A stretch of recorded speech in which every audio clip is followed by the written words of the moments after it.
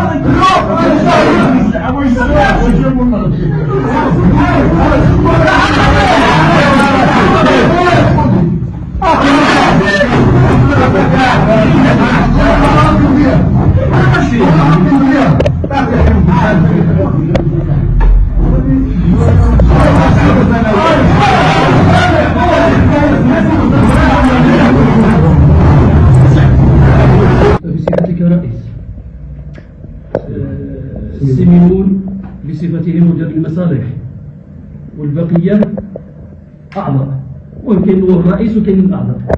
نتسائل باش نسيبو جريت هذه السيدة هذه عامل معنا الدور بصفته من؟ وشكرا.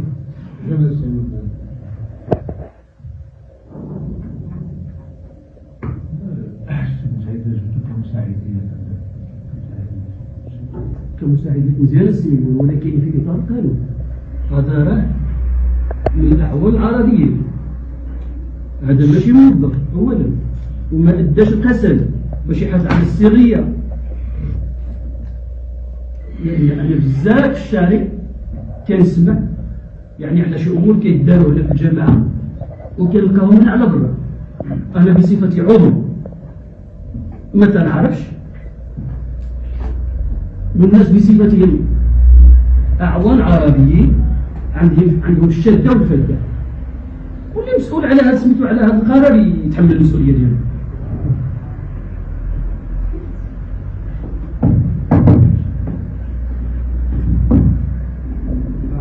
غنقول لكم واحد الحاجة أخرى. داولنا هنايا سميتو في لجنة الميزانية على شراء العقار، فإذا بهم أتفاجأ جاو الناس يقولوا لي ودي راه يعني سميتو غنديروا الملاعب. أنا عضو ما عنديش خبر ديال هذا الشيء. والسيد كان حاضر معنا في لجنة الميزانية اللي درنا جدينا، ما بغيتش نشير ليه.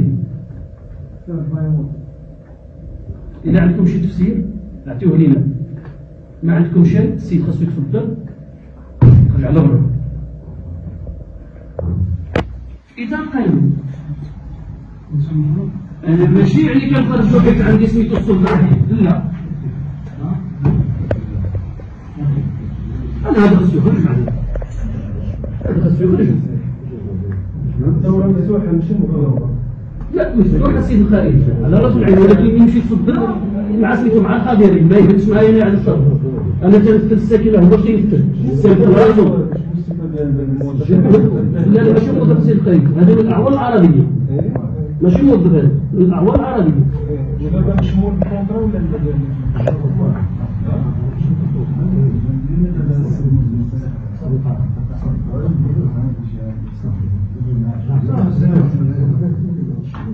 هو وهذا يحدى بصفتين من ساكنة السكنة السيد غيب السكنة